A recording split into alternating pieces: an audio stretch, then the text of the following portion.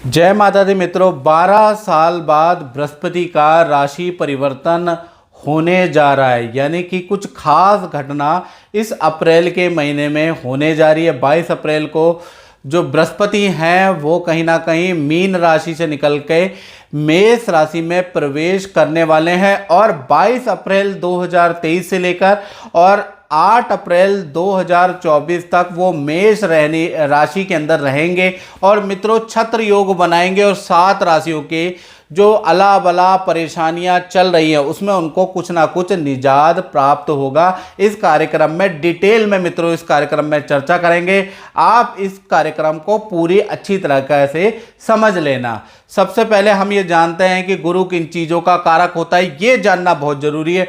देखिए, नव ग्रहों के अंदर सूर्य, चंद्रमा, मंगल, बुध, शुक्र, शनि, राहु, केतु, ये 9 ग्रह होते हैं ज्योतिष के अंदर।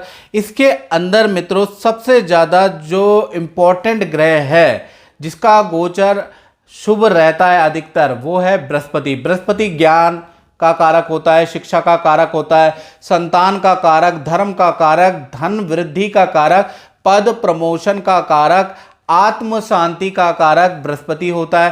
साथ ही साथ विवाह का मुख्य कारक होता है। यानी बृहस्पति की महादशा, बृहस्पति के गोचर में प्रेम विवाह या प्रेम में विवाह में सफलता, विवाह में अड़चने समाप्त हो जाती है। इसलिए ही तो गुरु को कहा गया है गुरुर ब्रह्मा गुरुर विष्णु गुरुदेवो महेश्वरा गुरु साक्षात पर ब्रह्मा तस्मै श्री गुरुवे नमः। यानी गुरु ही सब कुछ है, गुरु ही ब्रह्म है, गुरु ही विष्णु है, गुरु ही शिव है।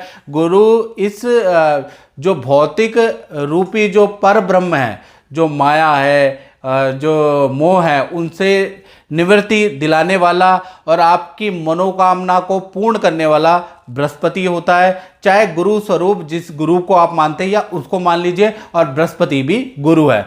आप गुरु का जो गोचर है क्यों खास है ये समझ लेना बहुत जरूरी है। गुरु अगर देखा जाए तो कुंडली के अंदर क्या क्या चीजें करने वाला है, गुरु कुंडली में अच्छा होता है या गुरु का गोचर क्या क्या देता है, इसके बारे में चर्चा करते हैं। यदि गुरु अच्छा होता है तो व्यक्ति निर्धन से भी राजा बन जाता है। यानी कि गुरु ज्ञान का, शिक्षा का कारक होता है और धन का कारक होता है। अगर कुंडली में केंद्र त्रिकोण के अंदर बृहस्पति बैठे हैं या बृहस्पति अपनी राशि में बैठे हैं तो वो व्यक्ति यकीनन आगे चल के करोड़पति जरूर रहेगा।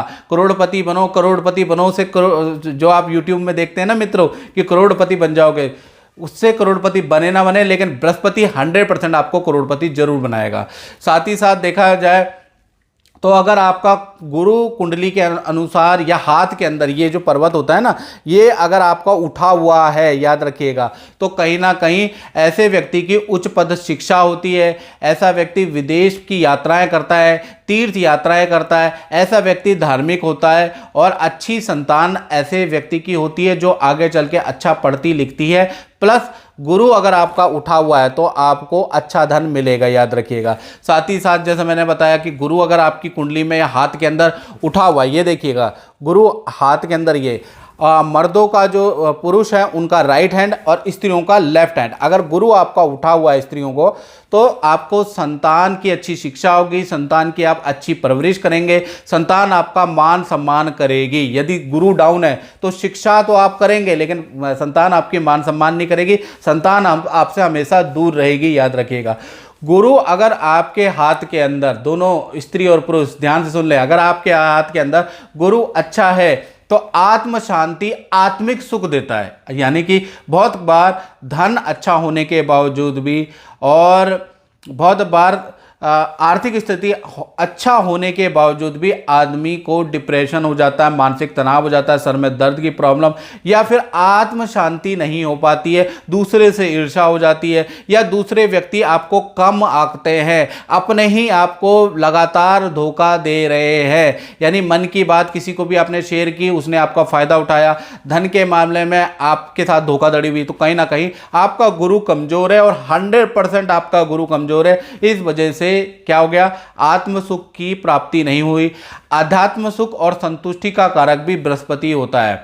यानी कि अगर आपका बृहस्पति अच्छा है तो आपको आध्यात्मिक सुख, ईश्वर दर्शन, गुरु के, सच्चे गुरु के दर्शन आपको जरूर मिलेंगे। अगर आपका गुरु खराब है तो आप जान सकते हैं। इसी प्रकार से देखा जाए कुंडली के अनुसार या हाथ के अंदर अगर बृहस्पति आपका अच्छा है, स्त्री का पुरुष का, तो कहीं ना कहीं आपके अंदर के 1,00,000 दोषों को दूर करने की क्षमता बृहस्पति में होती है। अब क्या हो रहा है, 22 अप्रैल 2023 से गुरु मीन राशि यानी अपनी राशि से निकलकर मेष राशि में आ रहे। मेष राशि में भी इनका परिवर्तन बहुत ज़्यादा लाभकारी है, क्योंकि ये भा चक्र की पहली राशि है और पहली राशि में अगर बृहस्पति आ जाएगा तो 12 साल का साइकिल चक्र देखा जाएगा कि 12 साल आपके कैसे जाने वाले हैं, क्योंकि पहला सर्कल आपका अच्छा होना चाहिए, याद रखिएगा 12-12 साल का ये सर्कल है। तो कहीं ना कहीं देखा जाए तो 22 अप्रैल 2023 से गुरु मेष राशि में जा रहे हैं और देखा जाए तो 30 अक्टूबर 2023 से तक क्या होगा कि गुरु मेष राशि में जाएंगे। वहां पर राहु महाराज पहले से ही विद्यमान है, तो गुरु और राहु की युति बनेगी, गुरु चंडाल दोष बनेगा और ये 30 अक्टूबर तक रहने वाली है। अब उसका क्या प्रभाव रहेगा, गुरु चंडाल जब बन जाता है तो उसका क्या प्रभाव रहेगा और राशि पर क्या प्रभाव पड़ेगा, बड़ी डिटेल में चर्चा करेंगे। कार्यक्रम पूरा देखिएगा, नहीं तो फिर इफ एंड बट और यूट्यूब चैनल आप देख लेते हैं करोड़पति अरबपति बनाने वाले, फिर आप यहां कमेंट में लिखते हैं ऐसा कुछ नहीं हुआ। मेरा कार्यक्रम शास्त्र सम्मत होगा, श्लोक के साथ में, मंत्रों के साथ में आपको मैं बताऊंगा, पूरी रिसर्च लेके आऊंगा कि बृहस्पति आपको कैसा रिजल्ट देने वाला है। तो देखा जाए तो 30 अक्टूबर तक हर राशि को अच्छा या बुरा रिजल्ट मिलेगा, उसके बाद उसको अच्छा या बुरा रिजल्ट मिलेगा, यानी कि 30 अक्टूबर तक अच्छा बुरा रिजल्ट मिलेगा। साथ ही साथ देखा जाए तो गुरु जब मेष राशि में जाएंगे तो 4 सितंबर से लेकर और 30 दिसंबर तक वक्री पोजीशन में भी रहेंगे, यानी उल्टे भी चलेंगे 4 सितंबर से और 30 दिसंबर 2022 तक। अब भृगु नाड़ी ज्योतिष के अनुसार, याद रखिएगा किसका रेफरेंस दे रहा हूं, पाराशर का नहीं देख रहा। बहुत से ज्योतिषाचार कहते हैं ये लिखा नहीं है, पहले ये देख तो लो कि मैं कौन से शास्त्र की से बात कर रहा हूं। भृगु नाड़ी ज्योतिष के अनुसार 12 राशियों पे कैसा फल रहेगा, इसके बारे में अब हम डिटेल में चर्चा कर लेते हैं। अब बात करते हैं बृहस्पति के ट्रांजिट का असर कन्या राशि पे क्या रहेगा। यानी कन्या राशि को मैं अवगत करा दूं कि 22 अप्रैल को बृहस्पति मेष राशि में ट्रांजिट कर रहे हैं और 8 अप्रैल 2024 तक वो यही रहने वाले हैं, यानी आपके अष्टम भाव में जा रहे हैं। ये देखिएगा अष्टम भाव में। अब इसका क्या मिलेगा, शास्त्र क्या कहता है इसके बारे में बात कर लेते हैं। शास्त्र में लिखा है अष्टमे गोचरे जीवा रोग ऋण कलह वृद्धि कारका, यानी कि जब भी अष्टम में बृहस्पति चला जाता है तो रोग ऋण कलह में वृद्धि होती है, यानी कि खराब रिजल्ट है।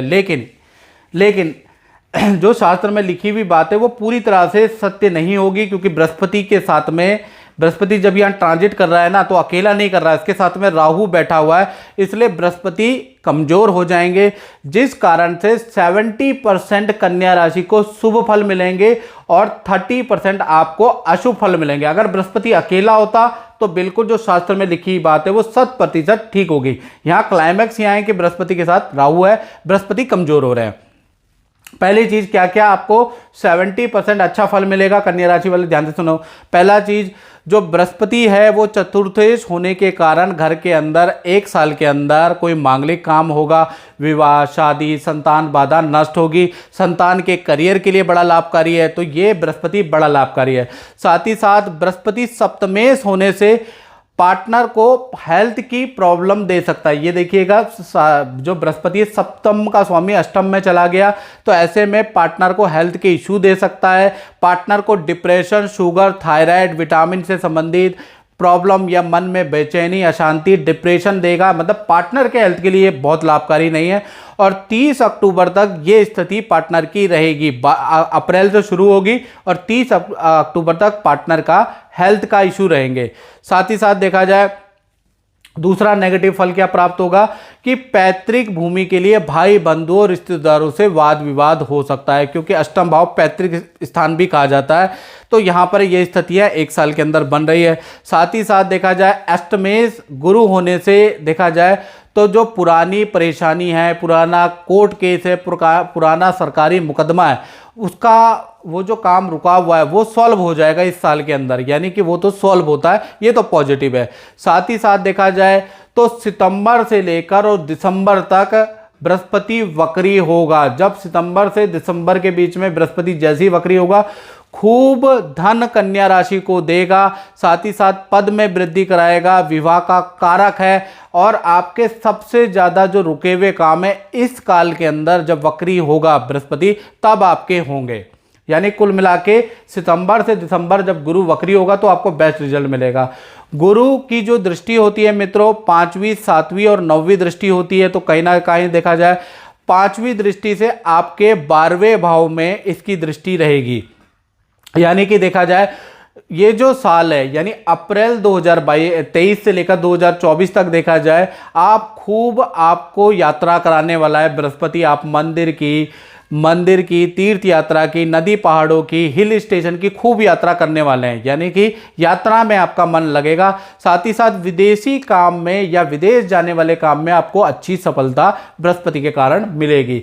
7वीं दृष्टि देखा जाए तो आपके धन भाव में पड़ रही है, ये दृष्टि बहुत अच्छी है। यानी कि 8 अप्रैल 2024 तक कई प्रकार की आपको परेशानियां काम में रहेगी, नौकरी में रहेगी, पारिवारिक रहेगी, लेकिन उसके बावजूद भी आपको धनहानि भी थोड़ी बहुत होगी, लेकिन उसके बावजूद भी आपकी आर्थिक स्थिति कमजोर नहीं होगी, क्योंकि बृहस्पति की दृष्टि आपके धन भाव में बैठी है। और बृहस्पति देखा जाए तो सितंबर से जैसी वक्री होंगे, सितंबर से लेकर और दिसंबर में जैसी वक्री होंगे, धन कमाने का कोई ना कोई जैकपॉट, कोई ना कोई ऑप्शन आपको जरूर मिलेगा, जिससे कि आपकी स्थिति और अच्छी हो जाएगी। अब बृहस्पति की जो 9वीं दृष्टि है वो देखा जाए वो आपके विद्यार्थियों के लिए बहुत लाभकारी है। यानी विद्या में सफलता मिलेगी कन्या राशि वाले जितने भी विद्यार्थी हैं, यानी कि एक तो विद्या में सफलता मिलेगी, कॉम्पिटिटिव एग्जाम की जो स्टूडेंट लोग तैयारी कर रहे हैं उनके लिए लाभकारी है। साथ ही साथ कन्या राशि वाले जातक और जातिकाओं का प्रॉपर्टी खरीदने के योग भी इस साल अप्रैल से लेकर अगले साल अप्रैल तक बन रहा है। तो कुल मिला के देखा जाए तो स्थिति की अगर बात करें तो 70% अच्छी है और 30% आपके लिए खराब रहेगी। तो इस कार्यक्रम में मित्रों बस इतना ही, मुझे दीजिए इजाजत। जय माता दी।